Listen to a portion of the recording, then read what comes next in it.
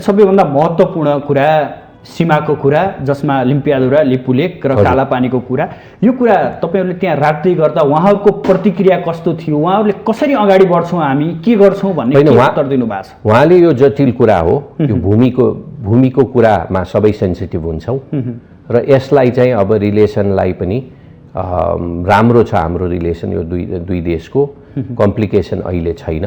त्यसैले अब यो कुरालाई चाहिँ अब हामीले भनेका छौँ यो कुरा बाहिर बोलेर क्रान्तिकारी बन्नुभन्दा पनि मिटिङहरू चाहिँ अब सुरु हुनुपर्छ।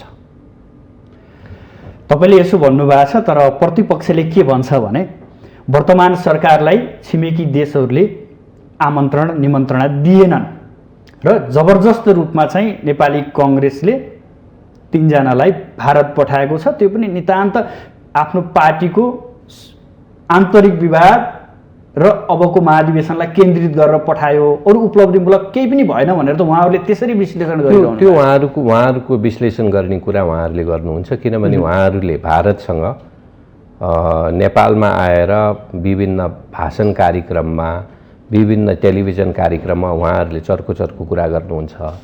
त भारतका नेताहरूसँग चाहिँ त्यो कुरा गरेको अहिलेसम्म रेकर्डमा कहीँ छैन। त्यो बोर्डरको विषय र तपाईँको महाकालीको विषय चाहिँ अलिकति योभन्दा पहिला कोहीले पनि कुरा उठाएको थिएन, हामीले त्यो कुरा उठायो। अघिल्लो सरकारले पनि यो विषयमा त कुरा उठाइरहेको थियो, सीमाको विषयमा भन्ने कुरा त आइरहेको थियो। यो त तपाईँको भाषणमा सबैले उठाए होइन, तर यो विशेष गरेर प्रचण्ड र माधव नेपालले नेतृत्व गरेको पार्टी त्यो फुटेको पार्टी हो।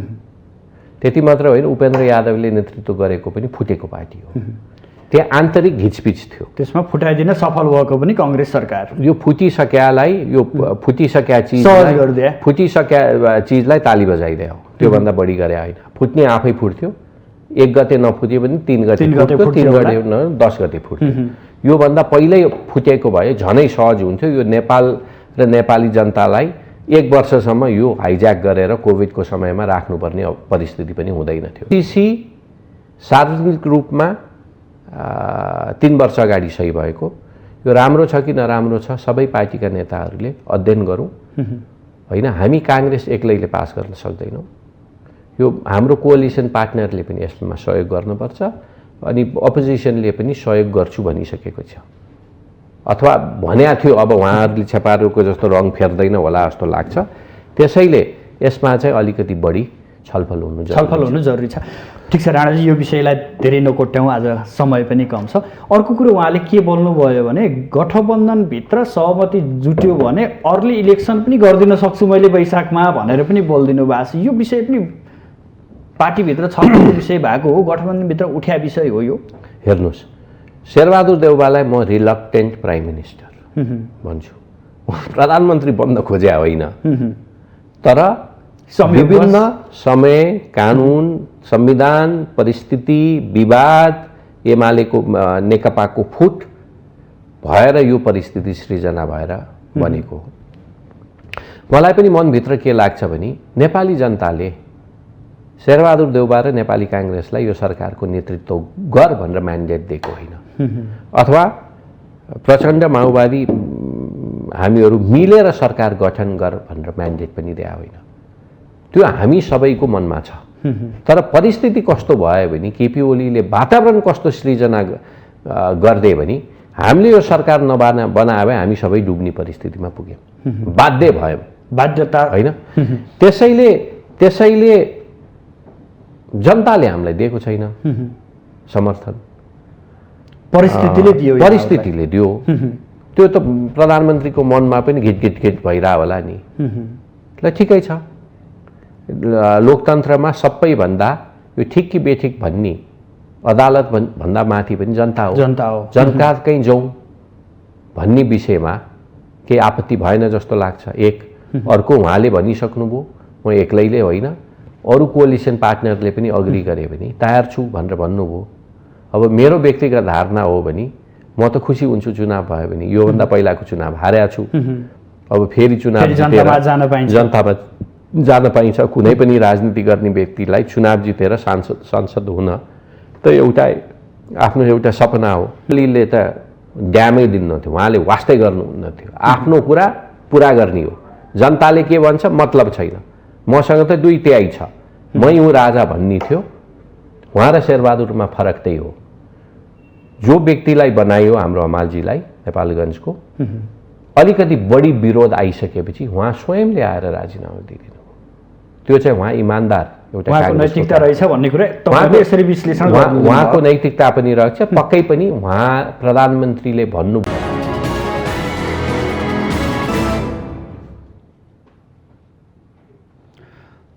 आदरणीय दर्शकबिन नमस्कार।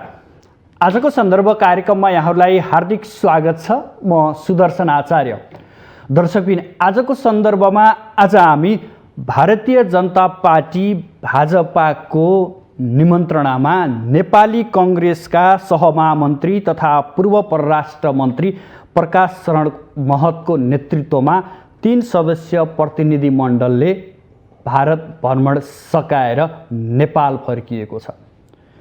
दुई पार्टी बीचको सम्बन्धलाई अझै सशक्त रूपमा बलियो बनाउनको लागि यो भ्रमण रहेको बताइए पनि वास्तवमा त्यो भ्रमणको समयमा के कुराकानी भए, देशको हित, जनताको हित, सीमाको बारे र विवादका विषयहरूमा छलफल भए कि भएनन् भन्ने आम चासो छ। वास्तवमा के कस्ता कुराकानी भए र ती कुराकानीले नेपालको वर्तमान र दीर्घकालीन हितका लागि के कस्ता फाइदा पुर्याउने गर्छ। आज हामी यो विषयलाई मूल विषयको रूपमा उठान गर्नेछौँ।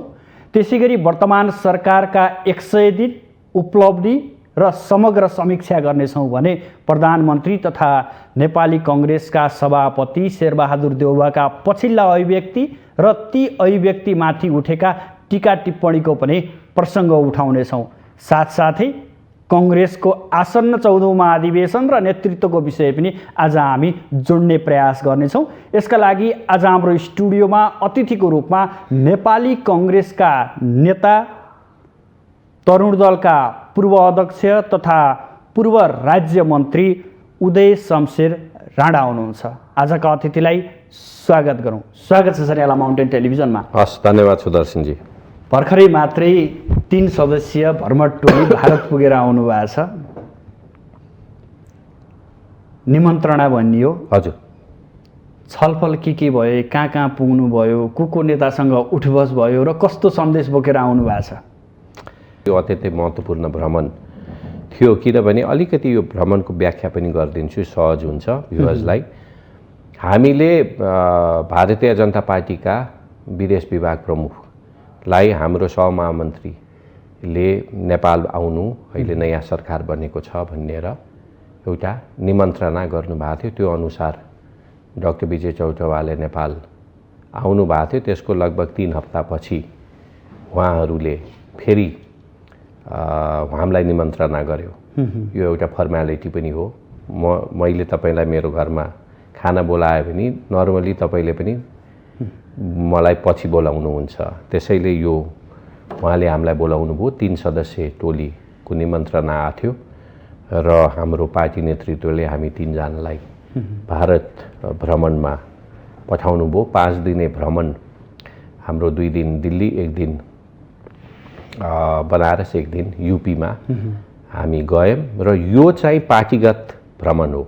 बिजेपी र काङ्ग्रेसको एउटा इन्टरेक्सन, एउटा एक्सचेन्ज प्रोग्राम हो र भारतीय जनता पार्टीले अरू पार्टीहरू, अरू देशको नितान्त कङ्ग्रेस र भाजपा बीचको सम्बन्धको कुरा हो। यो भाजपा र कङ्ग्रेस बीचको सम्बन्धको कुरा हो। तर सम्बन्ध अलिअलि सरकारसँग पनि किन जोडिन्छ भने काङ्ग्रेस पनि अहिले नेपालको नेतृत्वमा छ, भाजपाले पनि हाम्रो भारतको सरकारको नेतृत्व गरेको छ। त्यसैले धेरैजसो अब हाम्रो पार्टी सभापति भाजपाको पार्टी सभापति, भाजपाको महामन्त्री, विभिन्न पदाधिकारीहरू, उहाँहरूको प्रचार विभागका साथीहरू सँग हामीले कुरा गऱ्यौँ। युवा सङ्गठन, विद्यार्थी, महिला सङ्गठनका नेतृत्वसँग पनि हाम्रो छलफल भयो। त्यो पछि पार्टी बाहेक अरूसँग सरकारमा भएको चाहिँ परराष्ट्र मन्त्रीसँग हाम्रो छलफल भयो र तपाईँको युपीको चिफ मिनिस्टर आदित्यनाथ योगीजीसँग हाम्रो छलफल भयो। र विशेष गरेर यो भ्रमणको उद्देश्य चाहिँ के हो भने नेपाल र भारतको सम्बन्ध अत्यन्तै नजिक सम्बन्ध छ, तर समय समयमा यो सम्बन्धमा अप्ठ्यारो तिक्तताहरू देखिन्छन्, आइरहन्छ। यो हिजो पनि आएको थियो, आज पनि आयो, भोलि पनि आउँछ, पर्सि पनि आउँछ। किनभने कुनै पनि देशहरू नजदिक छिमेकी मात्र होइन, अत्यन्तै नजदिक यो सामाजिक रूपमा तपाईको हाम्रो इकोनोमिकली अनि तपाईको धार्मिक हिसाबमा यो हाम्रो सम्बन्ध पनि अत्यन्तै नजिक छ पूर्वकालदेखि नै। त्यही कारण पनि यो सम्बन्धमा समय समयमा अप्ठ्यारो आउँछ।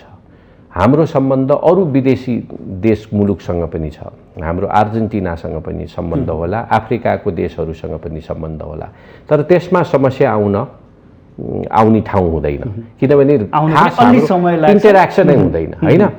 त्यसैले भारतसँग चाहिँ यो समस्या आइसकेपछि र विशेष गरेर समस्या आउँछ त्यसलाई हामी प्रिपेयर हुनुपर्छ, त्यसलाई ट्याकल गर्नुपर्छ र कतिपय समय अथवा धेरै जसो समय यो मन्त्री लेभलबाट ब्युरोक्रेटिक लेभलबाट यसलाई समाधान गर्दाखेरि अलिकति लम्बिनी र लम्बिनी क्रममा कतिपय परिस्थिति आउट अफ ह्यान्ड पनि जाने भएर यो हामीले 21औं शताब्दीमा ट्र्याक टु डिप्लोमेसी भन्छौँ, इन्फर्मल डिप्लोमेसी।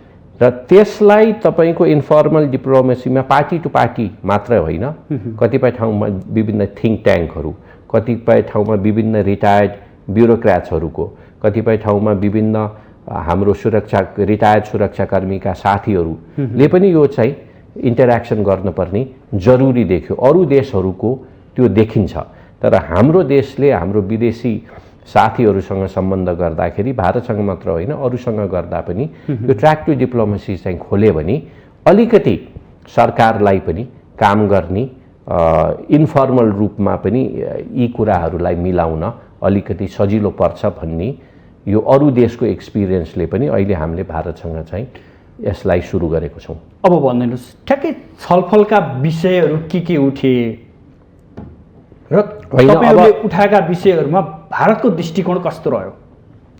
अब पार्टीगत रूपमा हामीले हाम्रो संगठन कसरी विस्तार गरेको छ, उहाँहरूको संगठन के छ र विशेष गरेर मेरो चासो चाहिँ भाजपाले जुन हिसाबले प्रचार गरेको छ नि, उहाँहरूको प्रचारको शैली त अत्यन्तै साइन्टिफिक छ। हाम्रो नेपाली कांग्रेसको ठ्याक्कै उल्टो छ हैन। हामीले त आफूले गरेको कामलाई पनि बोल्न नसक्ने परिस्थितिमा कांग्रेस पुगेको छ। त्यसैले उहाँहरूबाट पनि सिक्नु कतिपय जरुरी थियो। तर हामीले पनि भन्यौं हाम्रो पार्टीभित्र चाहिँ जुन किसिमको लोकतान्त्रिक अभ्यास हुन्छ, त्यो लोकतान्त्रिक अभ्यास चाहिँ साँच्चै नै चुनाव मार्फतै हुन्छ भन्ने कुरा उहाँहरूलाई प्रस्ताइसकेपछि उहाँहरू पनि अचम्म पर्नुभयो हैन। इन्डियामा खास हामीले त्यो देख्दैनौं। त्यो बाहेक पनि हामीले हाम्रो परराष्ट्र मन्त्रीसँग कुरा गर्दाखेरि हामीले 4 वटा कुरा र मुख्यमन्त्रीसँग कुरा गर्दा 2टा कुरा उठायो। पहिला परराष्ट्र मन्त्रीलाई हाम्रो 1 दिन अगाडि भेट भएको थियो, त्यसको बारे म केही कुराहरू राख्छु। हाम्रो विशेष गरेर 4 वटा बुदामा कुरा भएको छ। यो कुरा चाहिँ हाम्रो टोली नेतृत्व डाक्टर महतले उठाउनु भयो। त्यसमा चाहिँ पहिलो कुरा हामीले यो भ्याक्सिनको कुरा पनि गर्यौं। भ्याक्सिन हामीले 10 लाख भ्याक्सिनलाई पैसा तिरिसकेका थियो, त्यो विभिन्न कारणले अड्क्यो। अब त्यो छिटोभन्दा छिटो हामीलाई चाहियो भन्ने कुरा गरेपछि केही दिनमै हामीले नेपालमा पठाइदिन्छौँ भनेको त्यो भ्याक्सिन अहिले आइसकेको छ। पहिलो प्राथमिकता रूपमा त्यो विषयलाई यहाँले उठाउनु होइन, मैले प्राथमिकता भन्दा पनि त्यो विषय वाइज आइरहेको छु। दोस्रो चाहिँ हामीले डिमोनेटाइजेसन, भारतले डिमोनेटाइजेसन गर्दाखेरि लगभग 8 करोड 7 देखि 8 करोड लगभग हाम्रो राष्ट्र ब्याङ्कसँग 500 र 1000 को नोट अझै बाँकी छ। एकदमै सानो अमाउन्ट हो र त्यसलाई पनि टुङ्गाइदिउँ भन्ने कुरा गर्दाखेरि उहाँहरूले यो नेपाल मात्र होइन अरू देशको पनि यही समस्या छ, एकैचोटि हामी टुङ्गाउँछौँ, अलि समय देऊ भन्ने कुरा। यो 2टा कुरा हामीले पहिला पनि उठाइसकेको र हामीले यो कुरा दोहोऱ्यायौँ। अर्को कुरा चाहिँ हामीले के भनेका थियौँ भने यो युरियाको कुरा, मलको कुरा पनि हामीले उठायौँ। यसको बारे चाहिँ यो गभर्नमेन्ट लेभलबाट नै धेरै कुराहरू अगाडि बढिसकेका छ, त्यसैले यसमा हामीले धेरै कुरा थप गर्नु परेन। अर्को 2टा महत्त्वपूर्ण नउठाएको कुरा, फर्मल रूपमा नउठाएको कुरा चाहिँ हाम्रो विशेष गरेर बोर्डर सम्बन्धी कालापानी, लिपुलेक, लिम्पियाधुरा मा चाहिँ यो समस्याले अहिलेसम्म कुराकानी फर्मल रूपमा सरकार टु सरकार मिनिस्टर लेभलमा मात्र होइन ब्युरोक्रेटिक लेभलमा पनि भएको छैन। त्यो प्रक्रिया सुरु पर्छ भनेर हामीले भारतलाई सुझाव दिएको छौँ। त्यसको बारे पनि उहाँहरू गम्भीर हुनुहुन्छ। अर्को चाहिँ त्यो महाकाली खोलामा ट्विनबाट जो हाम्रो एउटा नेपाली जयसिंह धामीको खोलामा खसेर मृत्यु भयो, त्यसको बारे नेपाल सरकारले फर्मल रूपमा भारतीय सरकारलाई अब्जेक्सन नोट पनि पठाइसकेको छ। यो तपाईहरु सबैलाई थाहा नै छ। यसको बारे पनि अलिकति कुरा अगाडि बढाऊ भन्दाखेरि यसलाई चाहिँ हामीले अलिकति अध्ययन गरेर यो चाहिँ सिरियस विषय हो, यसमा पनि हामी अध्ययन गर्छौं भनी यो दुईटा विषय, यो बोर्डरको विषय र तपाईको महाकालीको विषय चाहिँ अलिकति यो भन्दा पहिला कोहीले पनि कुरा उठाएको थिएन।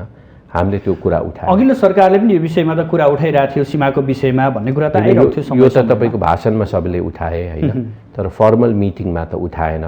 अब यो पार्टी टु पार्टी डायलग भए पनि त्यहाँ जाँदा पूर्व परराष्ट्र मन्त्री, पूर्व अर्थ राज्य मन्त्री, पूर्व अर्को सबै हामी फर्मली पद ओकटेको मान्छेहरू हामी त्यहाँ पुगिसक्यौं। एउटा जिम्मेवार व्यक्तिहरू त्यहाँ पुग्नु, जिम्मेवार भन्दा पनि अब हामीले यो कुरा उठाउने कि नउठाउने कुरा पनि हामी तीनजना मध्ये छलफल भयो र यो उठाउन बेस हुन्छ, किनभने हामीले ट्र्याक टु डिप्लोमेसी खोल्ने हो भने यो सरकारलाई त्यो पछि अरु कुरा थप कुरा उठाउन पनि सहज हुन्छ।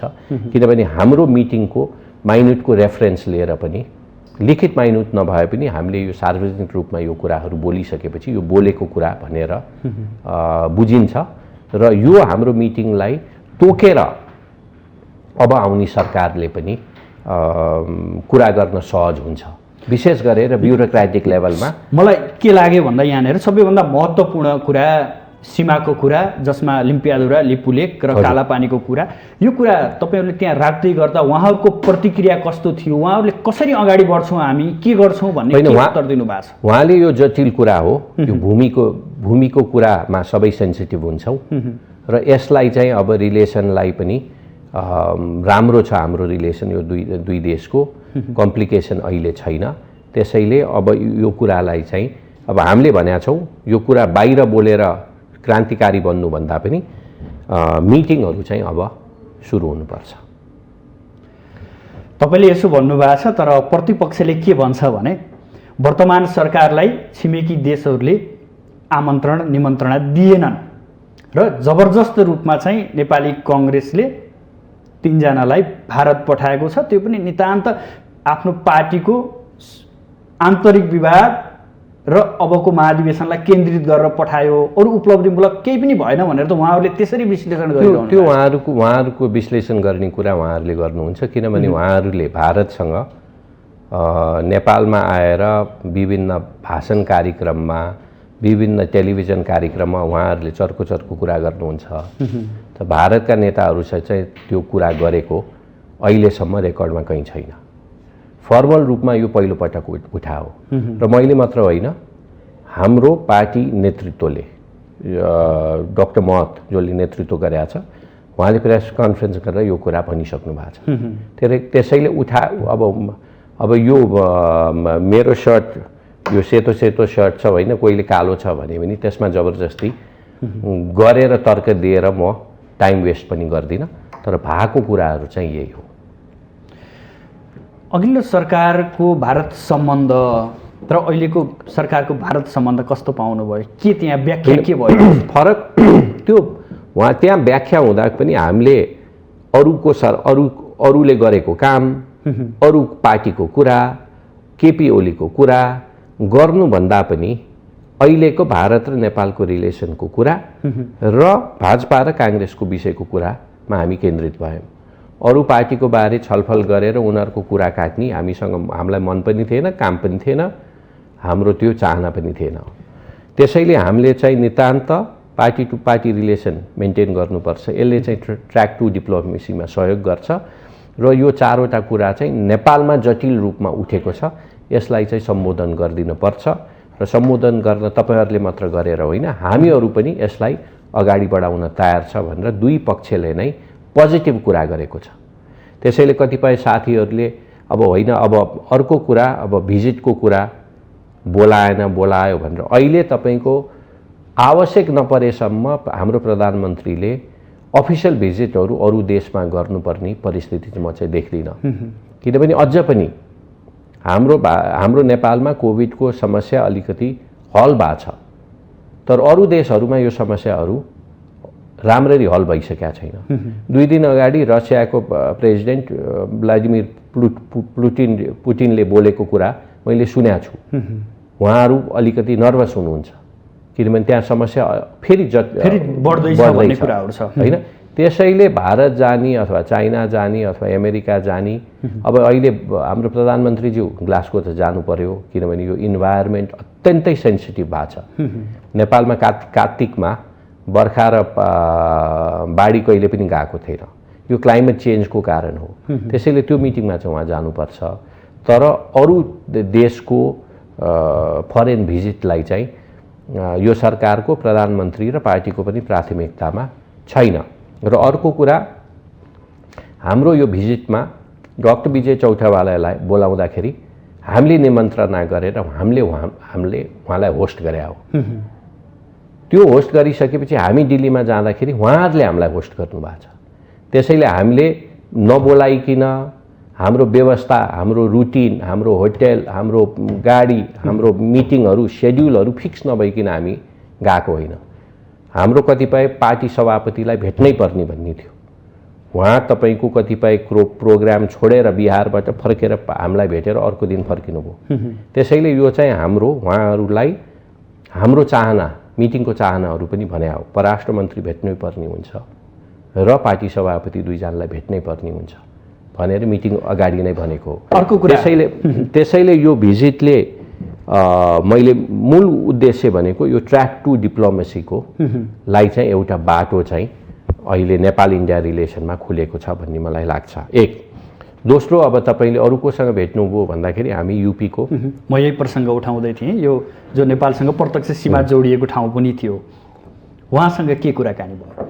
उहाँसँग विशेष गरेर पहिला त हाम्रो यो सुरक्षा, के अरे सीमा सुरक्षाको कुरा, सीमा सुरक्षा फेरि भने सेन्सिटिभ कुरा हो र जटिल कुरा पनि हो। र विशेष गरेर यो विभिन्न अरू मुलुकहरूमा पनि एक किसिमको यो टेररिस्ट प्रब्लमहरू देखिरहेछौँ। त्यसले नेपाललाई पनि केही हदसम्म सताएको छ, इन्डियामा त्योभन्दा बढी सताएको छ। र हाम्रो ओपन बोर्डर भइसकेपछि यसले अफगानिस्तानको फलआउटले पनि हामीलाई हाम्रो सुरक्षामा केही समस्या आउन सक्छ। त्यसैले यसलाई कन्ट्रोल गर्नको निम्ति भारतको सुरक्षाका सिक्युरिटी फोर्सका साथीहरू र हाम्रो सिक्युरिटीको साथीहरूसँग पनि एक किसिमको राम्रो कोअर्डिनेसन हुनुपर्छ। किनभने यहाँ ओपन बोर्डर छ हैन। केही घटना नेपालमा भयो भने यसले नेपाललाई असर पार्छ, तर भारतलाई पनि पार्छ। र भारतको बोर्डरमा हाम्रो नेपाल सीमाबाट कोहीले गएर त्यहाँ केही गर्दै भने नेपाली होइन अरू विदेशीले पनि गर्न सक्छ, पनि त्यो समस्या आउँछ।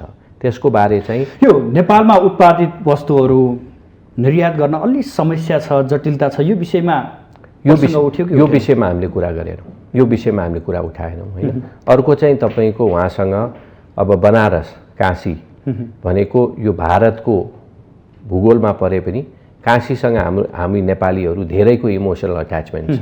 काशी बनारस भने मेरै जस्तो लाग्छ मलाई त हैन।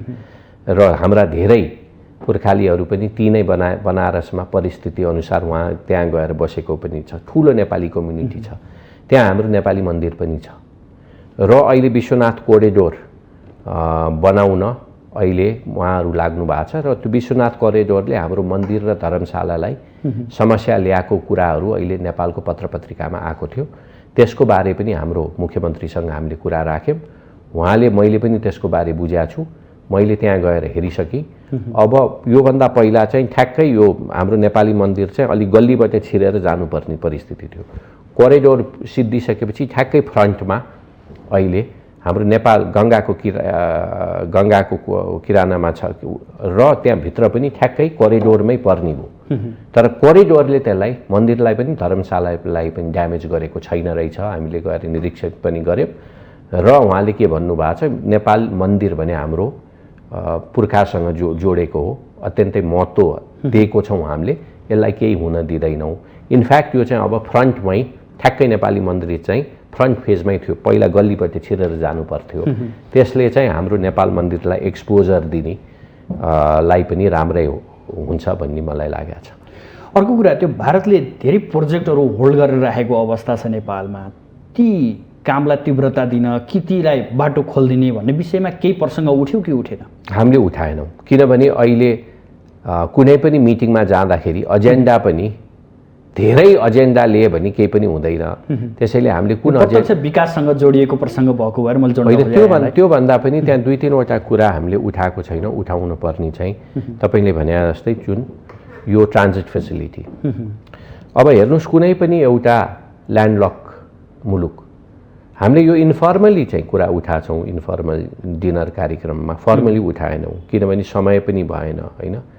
र एउटा टपिकमा कुरा गरिसकेपछि त्यो कुरा पनि लम्बिन्छ, पार पनि गर्नुपर्छ, यो भनेर मात्र हुँदैन। र अर्को कुरा हामीले के गर्यौँ भने इन्फर्मल मिटिङमा के कुरा उठाएछौँ भने यो हाम्रो ट्रान्जिट, हाम्रो तपाईँको ल्यान्डलक कन्ट्री हो, भारत र चाइनासँग हाम्रो बोर्डर छ, तर व्यवहारिक रूपमा ट्रेडको निम्ति, ट्रान्जिटको निम्ति चाइनाको सी पोर्ट, साङ्घाई अथवा क्यान्टनको सी पोर्ट युज गर्न हामीलाई गाह्रो छ, किनभने भूगोलको कारण, डिस्टेन्सको कारण 5000 किलोमिटर टाढा छ भने कलकत्ता र विशाखापट्टनम नजिक छ।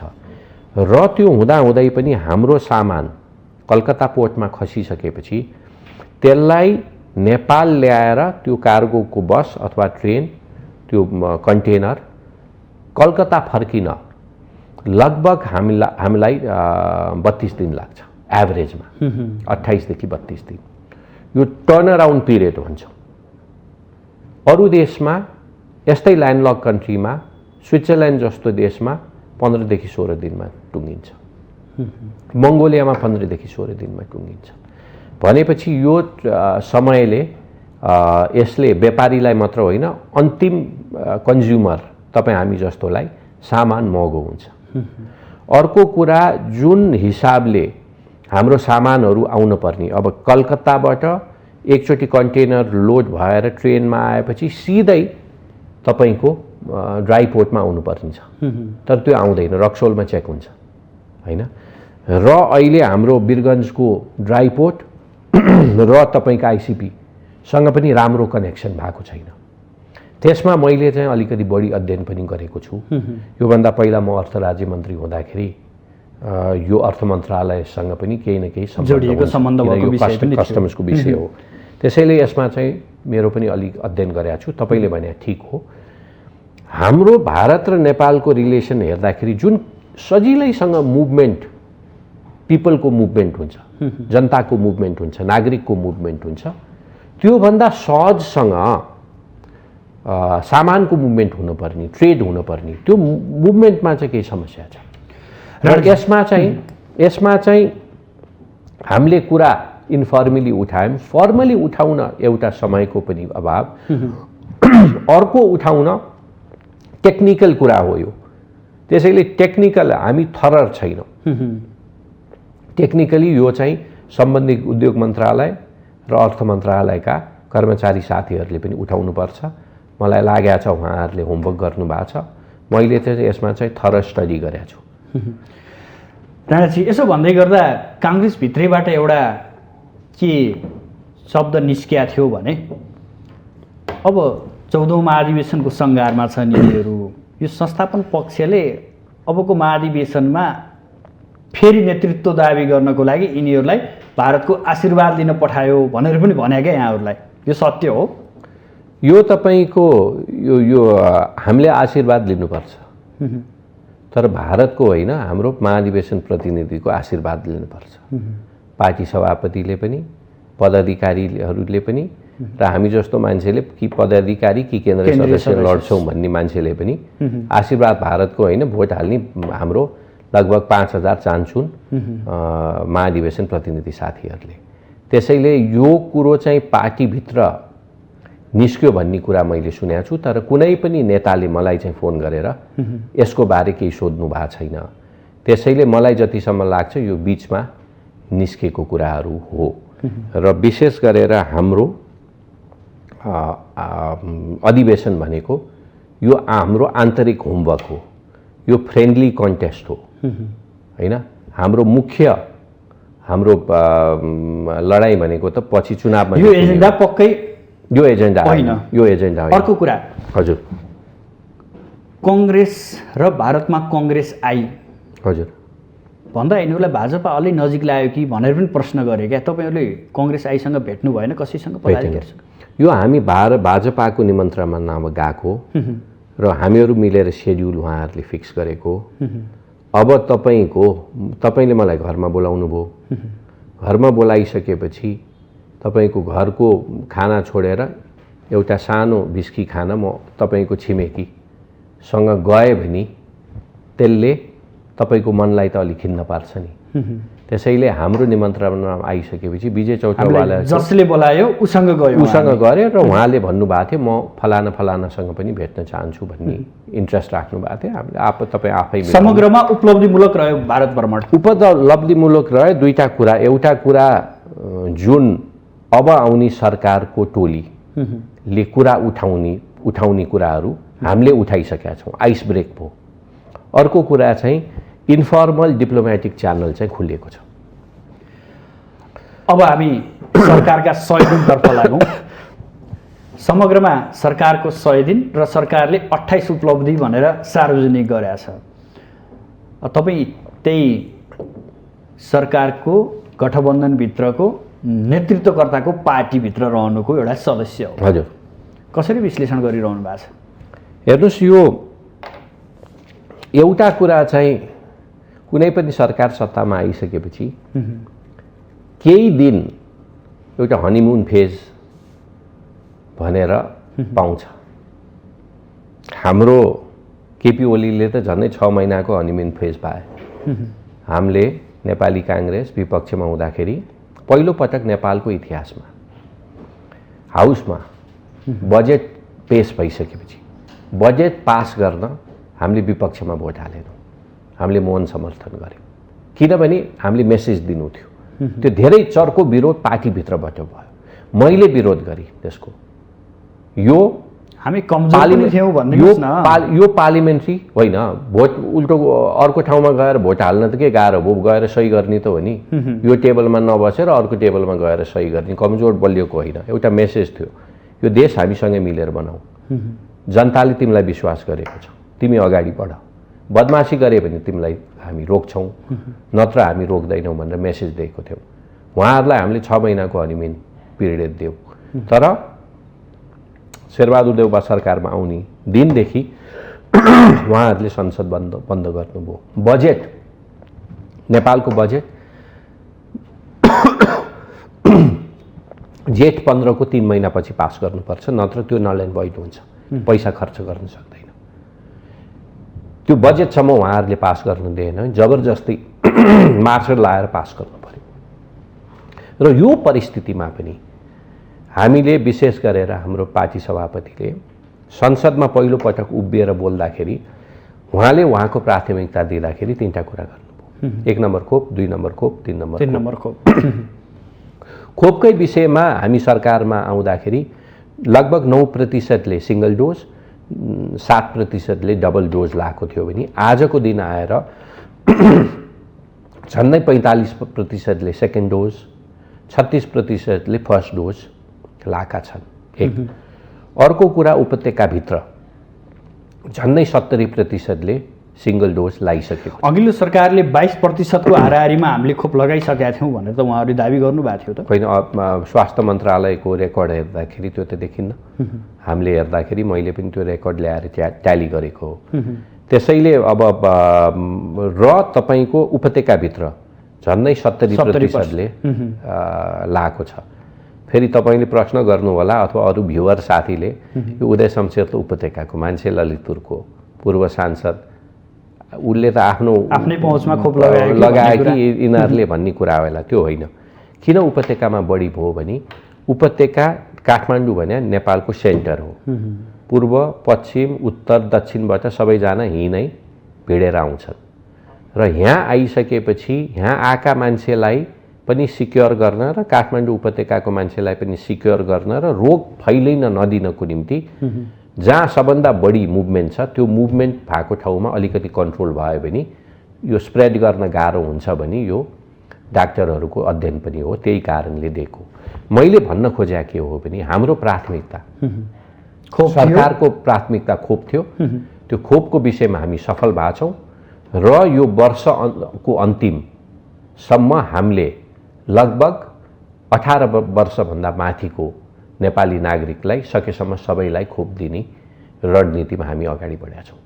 यसो भन्दै गर्दा एउटा मन्त्री परिषदलाई पूर्णता दिन 88 दिन लाग्यो। तपाईँले के गतिमा काम गर्नुहुन्छ र भन्ने कुरा पनि आउला नि फेरि। होइन, त्यो आछ। त्यो हाम्रो कमजोरी हो। त्यो कोअलिसनको कमजोरी हो। उम्किन मिल्छ यसरी? होइन, म उम्किन अब भइसक्यो। हामीले किन भएन त तर्क त दिनु पर्यो नि। त्यतिसम्म त त्यसैले तपाईँले मलाई बोलाउनु भएको छ। मैले यो राम्रो कुरा भने होइन। यो त्यहाँ हामीलाई के हो भने यो कानुनी समस्याहरू पनि केही कानुनी समस्याहरू आयो र अर्को कुरा यो विशेष गरेर प्रचण्ड र माधव नेपालले नेतृत्व गरेको पार्टी त्यो फुटेको पार्टी हो। त्यति मात्र होइन, उपेन्द्र यादवले नेतृत्व गरेको पनि फुटेको पार्टी हो। त्यहाँ आन्तरिक घिचपिच थियो। त्यसमा फुटाइदिन सफल भएको पनि कांग्रेस सरकार। यो फुटिसक्यालाई यो फुटिसक्या चिजलाई ताली बजाइदियो। त्योभन्दा बढी गरे होइन। फुट्ने आफै फुट्थ्यो। 1 गते नफुट्यो भने 3 गते फुट्थ्यो, 3 गते 10 गते फुट्थ्यो। योभन्दा पहिल्यै फुटेको भए झनै सहज हुन्थ्यो। यो नेपाल र नेपाली जनतालाई 1 वर्षसम्म यो हाइज्याक गरेर कोभिडको समयमा राख्नुपर्ने परिस्थिति पनि हुँदैन थियो। त्यसैले र हाम्रो जुन संविधान छ त्यो अलिकति बढी टाइट संविधान पनि देखियो हैन। त्यही कारणले पनि अरु हामीले मात्र हाम्रो नेपाली कांग्रेसले मात्र आफ्नो मन्त्रीमा मान्छे पठाएर भएन र विशेष गरेर यो तराई उपेन्द्र यादवको पार्टी र माधव नेपालको पार्टीमा यो समस्या आएर यो अलिकति ढिलो हुन गएको हो। र एउटा कुरा के हो भने यो राम्रो कुरा होइन, तर अहिले विशेष गरेर मन्त्री को बन्यो र मन्त्री नबन्दा पनि मन्त्रालय त चलेको थियो। कसरी काम चलिरहेको थियो भन्ने कुरा अलि ढिलो चल्यो होला, चल्न त चल्यो। यसले डाइरेक्टली नेपाली जनतालाई असर गर्ने भनेको कोभिड र हाम्रो अर्थतन्त्रले। त्यसैले यो सरकार त्यतातिर बढी केन्द्रित हुनु पर्थ्यो, केन्द्रित पनि भयो। भ्याक्सिनको फ्लो पनि बढेको छ। फेरि हामीले मात्र गरेर शेरबहादुर देउवाले मात्र गरेर सबै गरे पनि भन्न चाहदिन, तर उहाँले यसलाई प्राथमिकता दिनु। अघिल्लो सरकारले बाटो बनाएको थियो, यहाँलाई अलि सहज भयो। अघिल्लो सरकारको प्राथमिकता कोभिड-19 थिएन। उहाँले त होइन बेसार पानी खाएर ठिक भइहाल्छ नि भन्ने हल्का रूपमा यो हावामा पनि उडाइदिनु भएको थियो। यो त मैले भनेको कुरा होइन, केपी ओलीले भनेको कुरा। फरक के हो भने प्राथमिकताको।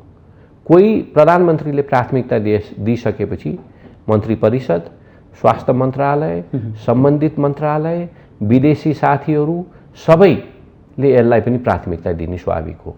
अब प्रधानमन्त्री नै सिरियस छैन, उखान टुक्का मात्रै दिइरहेछ। यो त केही होइन, हामी नेपालीहरू त सब पचाइदिन्छौँ भनेर शेरबहादुरले भने भए आज खोपको परिस्थिति यहाँ पुग्थ्यो। तर सबैमा हामीले गरे होइन, तर केपी सरकार कन्टिन्यू भएको भए यो परिस्थितिमा हामी पुग्दैनौँ थियो। त्यसैले यो 100 दिन हाम्रो आँखाबाट हेर्दाखेरि र हाम्रो पार्टी नेताले प्रधानमन्त्रीले प्राथमिकता जुन उहाँले बोल्नुभयो त्यो प्राथमिकताको आधारमा यो सरकारको 100 दिन अत्यन्तै सफल भएको छ। तर म मान्दछु सरकार बनाउने क्रममा ढिलो भएमा हाम्रो केही कमजोरीहरू भयो। त्यो पनि भयो, कता कता सर्वोच्चसँग सेटिङ गर्यो भनेर एकजना मन्त्री नियुक्त गरिदिनु भयो। होइन सेटिङ भयो, त्यो आलोचना आयो होइन। त्यही अनुसार उहाँ नेपाली कांग्रेसको इमानदार कार्यकर्ता र बढी विवाद आइसकेपछि उहाँले पनि राजीनामा गर्नुभयो र पार्टीका नेताहरू, प्रधानमन्त्री लगायत अरू नेताहरूले पनि सायद, मलाई त्यो थाहा छैन, म इन्डियामै थिएँ त्यति बेला, उहाँलाई अब राजीनामा देऊ भनेर भन्नुभयो होला। कहिले कहिले राजनीतिमा गल्ती हुन्छ र जनताको आवाज त्यो नेगेटिभ भयो भने नेपाली कांग्रेसले चाहिँ त्यसलाई, केपी ओलीले त ड्यामै दिन्नथ्यो, उहाँले वास्तै गर्नुहुन्नथ्यो। आफ्नो कुरा पुरा गर्ने हो। जनताले के भन्छ मतलब छैन, मसँग त दुई त्याइ छ, मै हुँ राजा भन्ने थियो। उहाँ र शेरबहादुरमा फरक त्यही हो। जो व्यक्तिलाई बनाइयो हाम्रो हमालजीलाई नेपालगञ्जको, अलिकति बढी विरोध आइसकेपछि उहाँ स्वयंले आएर राजीनामा दिइदिनु, त्यो चाहिँ उहाँ इमान्दार एउटा उहाँको नैतिकता रहेछ भन्ने कुरा तपाईले यसरी विश्लेषण गर्नु। उहाँको नैतिकता पनि रहेछ, पक्कै पनि उहाँ प्रधानमन्त्रीले भन्नुभयो भन्नु भएन, तर पक्कै पनि अरू नेताहरूले एहे तिम्रो कारण यहाँ हेर बढी विरोध आयो छोडिदेऊ न भन्दा पक्कै पनि भन्यो होला। त्यसैले नेपाली काङ्ग्रेसले यसले के उदाहरण दिन्छ भने नेपाली काङ्ग्रेसले पब्लिक ओपिनियनलाई पनि ध्यान दिन्छ भन्ने मेसेज चाहिँ जान्छ जस्तो लाग्छ। उसो भए समग्रमा सन्तुलित नै रह्यो यो 100 दिन मेरो दृष्टिकोणले हो। वर्तमान प्रधानमन्त्री काङ्ग्रेस सभापति शेरबहादुर देउवाले यो अलि विवादित रहेको एमसीसी विषयलाई हजुर एउटा पत्रकार सम्मेलनमा बोलिदिनु भयो। एमसीसी पास हुन्छ, यसमा कसैले केही गर्नु पर्दैन, यसलाई चाहिँ कुनै बुदाहरूमा छलफल गरिरहनु पर्ने, करेक्सन गर्नुपर्ने आवश्यकता पनि छैन भनेर बोलिदिनु भयो। अब वर्तमान सरकार एमसीसी पास गर्नुतर्फ लाग्यो हो। हाम्रो परराष्ट्र मन्त्रीले पनि केही दिन अगाडि हाउसमा पनि बोल्नु भएको थियो, के अरे कमिटीमा बोल्नु भएको थियो, के अरे यो नेपालको हितमा सबैले ठान्छ भन्ने त्यसलाई पास गर्ने नत्र नगर्ने। र एमसीसी यसरी एमसीसीको बारे यति धेरै विवाद भएको छ, हाउसभित्र पनि हाउस बाहिर पनि। त्यसैले अहिले हाउसभित्र पनि हाउस बाहिर पनि एक किसिमको सहमति नजुटाइकन मेरो यो व्यक्तिगत विचार यो पास गर्न नहोला जस्तो लाग्छ। तर प्रधानमन्त्रीले यसरी प्याच बोलिदिनु त यो उहाँले पनि बोल्नु भएको छ। पास गर्ने पक्षमा नेपाली काङ्ग्रेस छ, पास गर्ने पक्षमा केपी ओलीको पार्टी पनि छ, एमाले पनि पास गर्ने पक्षमा हो। अस्तिसम्म त त्यही बोल्नुभयो हैन, सत्तामा तर तपाईँको नेपाली काङ्ग्रेसले पब्लिक अघि पनि भनी पब्लिक ओपिनियनलाई पनि हेर्छ हैन। पास गर्ने यो राम्रो कामलाई पनि पास गरेर यति धेरै विवाद आएर अरू कामलाई पनि यसले असर गर्ने रहेछ भने चाहिँ विचार गर्नुपर्ने हुन्छ हैन भन्ने यो मेरो धारणा हो। र हामी क्लियर हुनुपर्छ, एमसीसी सार्वजनिक रूपमा 3 वर्ष अगाडि सही भएको यो राम्रो छ कि नराम्रो छ सबै पार्टीका नेताहरूले अध्ययन गरौँ हैन। हामी काङ्ग्रेस एक्लैले पास गर्न सक्दैनौँ, यो हाम्रो कोअलिसन पार्टनरले पनि यसमा सहयोग गर्नुपर्छ, अनि अपोजिसनले पनि सहयोग गर्छु भनिसकेको छ अथवा भनेको थियो। अब उहाँहरूले छेपारोको जस्तो रङ फेर्दैन होला जस्तो लाग्छ। त्यसैले यसमा चाहिँ अलिकति बढी छलफल हुनु जरुरी छ। ठिक छ राणाजी, यो विषयलाई धेरै नकोट्याउँ, आज समय पनि कम छ। अर्को कुरो उहाँले के बोल्नुभयो भने गठबन्धनभित्र सहमति जुट्यो भने अर्ली इलेक्सन पनि गरिदिन सक्छु मैले वैशाखमा भनेर पनि बोलिदिनु भएको छ। यो विषय पनि पार्टीभित्र छलफलको विषय भएको हो, गठबन्धनभित्र उठ्या विषय हो यो। हेर्नुहोस्, शेरबहादुर देउवालाई म रिलक्टेन्ट प्राइम मिनिस्टर भन्छु। प्रधानमन्त्री बन्न खोज्या होइन, तर विभिन्न समय कानुन संविधान परिस्थिति विवाद एमालेको नेकपाको फुट भएर यो परिस्थिति सृजना भएर बनेको हो। मलाई पनि मनभित्र के लाग्छ भने नेपाली जनताले शेरबहादुर देउवा र नेपाली काङ्ग्रेसलाई यो सरकारको नेतृत्व गर भनेर म्यान्डेट दिएको होइन, अथवा प्रचण्ड माओवादी हामीहरू मिलेर सरकार गठन गर भनेर म्यान्डेट पनि दिए होइन। त्यो हामी सबैको मनमा छ। तर परिस्थिति कस्तो भयो भने केपी ओलीले वातावरण कस्तो सृजना गर्दे भने हामीले यो सरकार बनाए भए हामी सबै डुब्ने परिस्थितिमा पुग्यौँ, बाध्य भयौँ, बाध्यता होइन। त्यसैले जनताले हामीलाई दिएको छैन समर्थन, परिस्थितिले दियो। त्यो त प्रधानमन्त्रीको मनमा पनि घिट भइरह होला नि। ल ठिकै छ, लोकतन्त्रमा सबैभन्दा यो ठिक कि बेठिक भन्ने अदालत भन्दा माथि पनि जनता हो। जनताकै जाउँ भन्ने विषयमा केही आपत्ति भएन जस्तो लाग्छ। एक अर्को उहाँले भनिसक्नुभयो, म एक्लैले होइन अरू कोअलिसन पार्टनरले पनि अग्री गरे भने तयार छु भनेर भन्नुभयो। अब मेरो व्यक्तिगत धारणा हो भने म त खुसी हुन्छु चुनाव भयो भने, योभन्दा पहिलाको चुनाव हारेको छु, अब फेरि चुनाव जनतामा जान पाइन्छ। कुनै पनि राजनीति गर्ने व्यक्तिलाई चुनाव जितेर सांसद हुन त आफ्नो एउटा सपना हो। त्यसैले यो विषय चाहिँ धेरै कन्ट्रोभर्सियल जस्तो लाग्दैन र वैशाखमा चुनाव गर्नु मलाई चाहिँ राम्रै होला जस्तो लाग्छ। किन राम्रो होला भने म्यान्डेट हामीसँग छैन।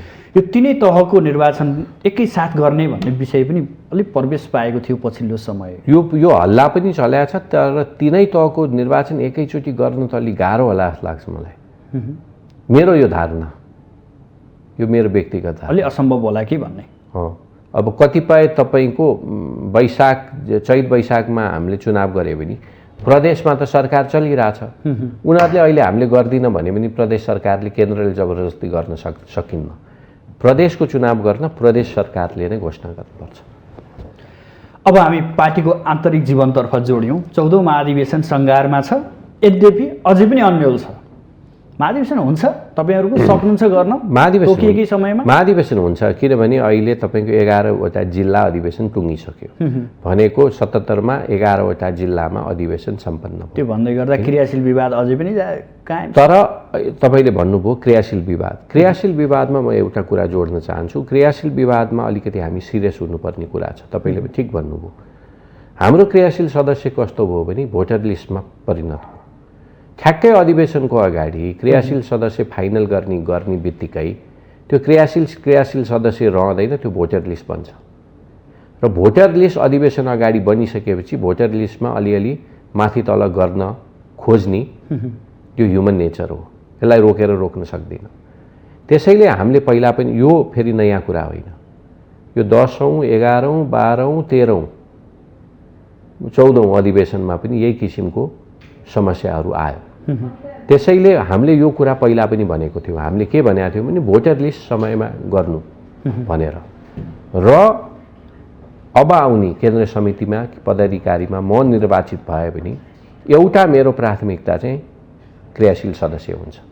क्रियाशील सदस्य मिनिमम 2 वर्ष अगाडि, पार्टीको अधिवेशनको 2 वर्ष अगाडि फाइनल भए पनि अनि हामीलाई अधिवेशन गर्दा केही समस्या हुँदैन। यो 13औं महाधिवेशनमा पनि अलिक बढी देखिया थियो, अहिले त अझै बढी देखिया छ। यो बिचमा मैले यहाँलाई सोध्न चाहेँ, यहाँ सानेपा पुग्नु भएको छ कि छैन? पछिल्लो 70-80 दिन यता हजुर पुग्नु भएको छ? हजुर, त्यहाँ रिले अनसनमा बसिरहनु भएको छ? अनसन छ, रिले अनसन छ, त्यो हामीले बुझेको छौँ। यो पहिला पनि बसेको छ। पहिला पनि बस्यो भन्दैमा अहिले बस्यो भन्दैमा ठिक होइन। मैले भनिहालेँ भएको के हो। किनभने हाम्रा नेताहरूले, केन्द्र समितिका साथीहरूले, त्यहाँ युवा साथीहरू पनि धेरै विरोध गरेर हिँड्ने अथवा इतर पक्षका साथीहरू पनि छन्। यो क्रियाशील सदस्य टुङ्गाउन त कोहीले रोकेको थिएन नि। कडा रूपमा कुन चाहिँ केन्द्र सदस्यले यो कुरा उठाएको थियो अधिवेशन अगाडि? कुन चाहिँ केन्द्र सदस्यले 3 वर्ष अलि झाँगियो के कङ्ग्रेसभित्र? यसले गर्दाखेरि अनेक बहानामा त्यसैले अनेक अडचन आइपरेको छ। त्यसैले क्रियाशील सदस्यको मध्येमा अहिले कतिपय हाम्रै पार्टीका साथीहरूले पनि यो टेलिभिजन च्यानल हेरिरह होला। अब म त अहिले केन्द्र समिति बाहिर छु। म 25 नम्बरको सट्टा 26 नम्बरमा परेर बाहिरी। त्यसैले अब आएर अब यसपालि हाम्रो म केन्द्रीय समितिमा परि पनि चाहिँ क्रियाशील सदस्यको बारेमा चाहिँ म सबभन्दा बढी जटिल भएर सिरियस भएर लाग्छु। यो क्रियाशील सदस्यको फाइनल लिस्ट चाहिँ पार्टी कार्यालयमा, जिल्ला पार्टी कार्यालयमा 2 वर्ष अगाडि, अधिवेशनको डेटको 2 वर्ष अगाडि टुङ्गिनुपर्छ। त्यो भए पनि हाम्रो अधिवेशनमा समस्या आउँदैन। अब कङ्ग्रेसमा कसको नेतृत्व? यो हामी यो तपाईँहरूको कुपनडोलको टेलिभिजनमा स्टुडियोमा बसेर मैले 5000 चान्चुन महाधिवेशन सदस्यको अधिकार मैले लिन पाउँदिनँ। उहाँहरूले कसलाई जिताउँछ यो हेरौँ। तर आजको दिनमा बाहिर कुरा सुन्दा, कार्यकर्ताहरूसँग गफ गर्दा, मिडियामा कुरा गर्दा अहिलेको अधिवेशनको फ्रन्ट रनर चाहिँ शेरबहादुर देउबा नै हुनुहुन्छ भन्ने कुरा हामीले बुझेका छौँ। अब यो ठ्याक्कै को हुन्छ भन्ने सम्भावना वर्तमान सभापतिको बलियो छ भनेर यहाँले त्यसरी इङ्गित गर्न खोज्नुभयो। यो भन्दै गर्दा उदय चाहिँ कहाँनेर? म अधिवेशनमा चाहिँ सकेसम्म सबै साथीहरूको समर्थन जुटाएर म केन्द्रीय सदस्य अथवा पदाधिकारीमा म चुनाव लड्छु। सकेसम्म बढी भोट ल्याउन प्रयास गर्छु। तर मेरो एउटा बानी छ, कुनै न कुनै गुटमा हामीहरू जोडिएका छौँ। काङ्ग्रेसको राजनीतिमा स्वतन्त्र रूपमा कोहीले अधिवेशनमा जित्छु भनेर कल्पना त गर्न सकिन्छ, तर अलिकति गाह्रो छ होइन। यो लुकाएर लुक्ने कुरा होइन। तर सकेसम्म म तरुण दलको अध्यक्ष हुँदाखेरि पनि म एक पक्षबाट मनोनित भएँ, तर म त्यो मनोनित भइसकेपछि मैले लगभग सबै साथीलाई मिलाएर यहाँ अहिले अगाडि संस्थापन पक्षतर्फ हुनुहुन्छ, त्यही लाइनबाट यहाँ उम्मेदवारको रूपमा।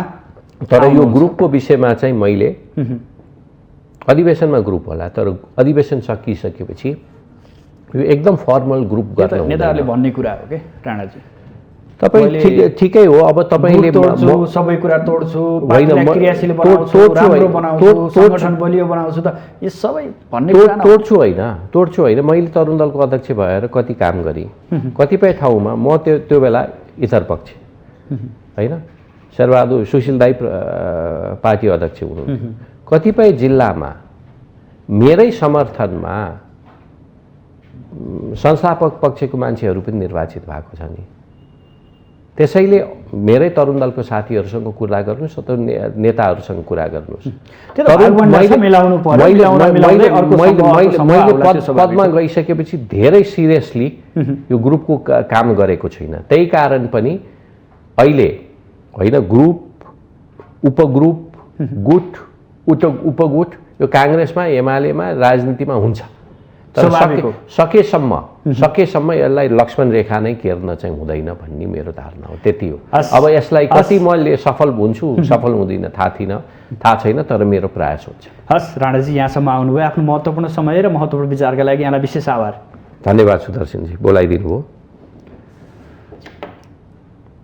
आदरणीय दर्शकबिन, आज हामी विशेष गरेर नेपाली कङ्ग्रेसको 3 सदस्यीय प्रतिनिधिमण्डलको भारत भ्रमण, त्यसका उपलब्धि र वर्तमान सरकारका 100 दिन, यो विषयमा रहेर विशेष चर्चा गऱ्यौँ।